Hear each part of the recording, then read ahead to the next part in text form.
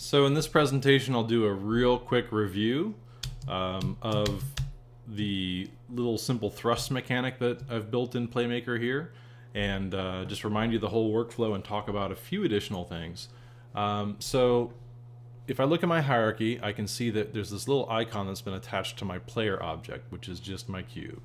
And that reminds me that there's a state machine that's attached that's kind of governing this object. If I right click on the start, I can choose to remove FSM component so that there's no longer a state machine on this object. In fact, I'll take it one step further and I'll select the player object, hold down Command Delete to get rid of it, and I'll rebuild this really quickly from the ground up. So I'm going to go to Game Object and I'll introduce a cube.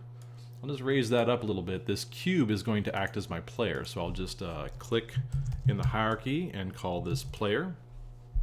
Now I want to add a state machine to the object that takes care of the thrust. Now remember, when I hit the play button, we're ultimately going to apply some physics to this object, and currently as an object it won't interact with the physics engine until we have the object selected and we add a physics rigid body component to the object.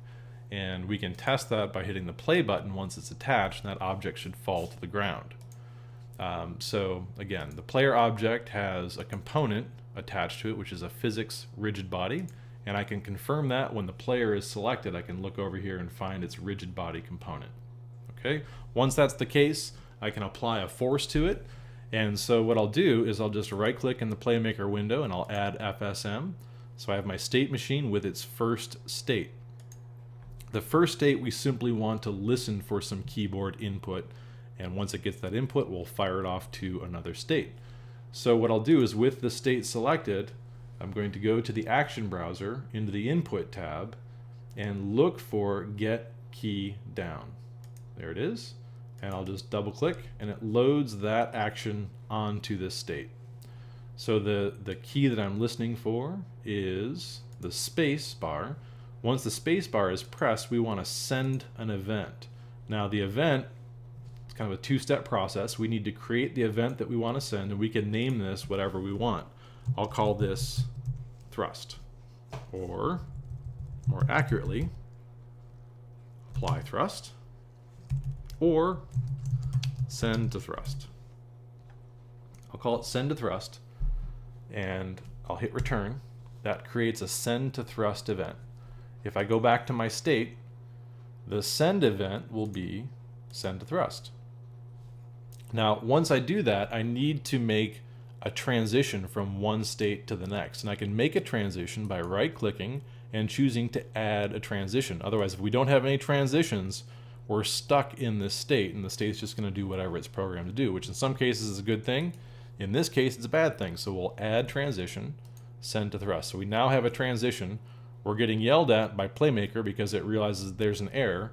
Currently, when we press the space bar, it'll send to this event, but this event doesn't go anywhere.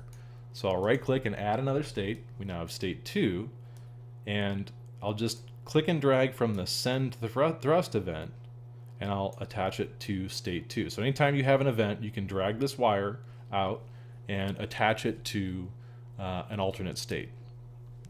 So state 1 is listening for the keyboard input. When it gets it, it fires off this event of send to thrust. State 2, its job is going to be apply thrust. And it's not a bad idea to name your states according to what they're doing or what function they're providing. So I'll call this simply thrusting, or apply thrust, or you know, whatever. Apply thrust, whatever makes sense to you as the designer. In the apply thrust state, what we want to do is we want to scroll down into the action browser here and find physics, and from physics we'll do a quick add force. The force that we want to add is the owner of the game object, not at a position, not at a vector, but along the y-axis. And if I click this drop-down menu, I don't want to choose a variable. I want to click on this little button to the right, which allows me to type in an actual value. So I want to apply a thrust of 20, or excuse me, apply a force of 20 to the y-axis, or the up axis of the object. And I want to do that in the world space. And I want to do that not just one frame or the first instance that it arrives at this state, but I want to do it every frame. When I test this and hit the play button, I can confirm that the first half of my state machine works. It's sitting here and idling until I hit the space bar, at which time it applies the thrust, just like it was supposed to do. The big glitch here is that when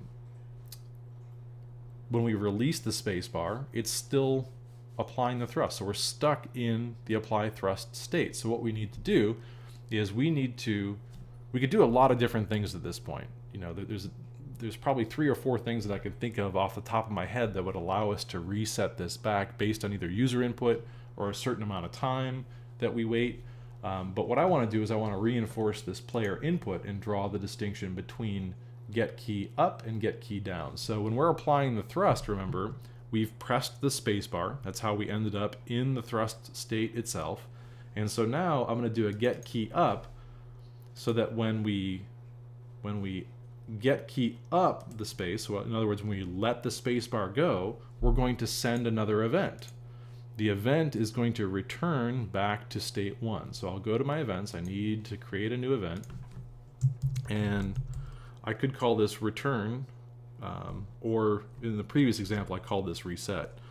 So I'll call this return to state 1, even though that's not the friendliest name here. But I'll go back to state.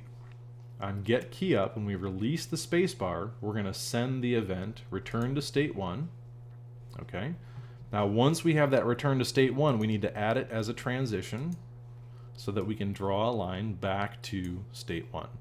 Okay, so the scenario here that we can test is that when I hit play, it's going to stay in state 1 until it gets this keyboard input of space. When I hit the space bar, it sends it over to apply thrust. Now remember, apply thrust, what it's doing is it's adding force. But it's also not just adding force, it's listening for the spacebar to come up.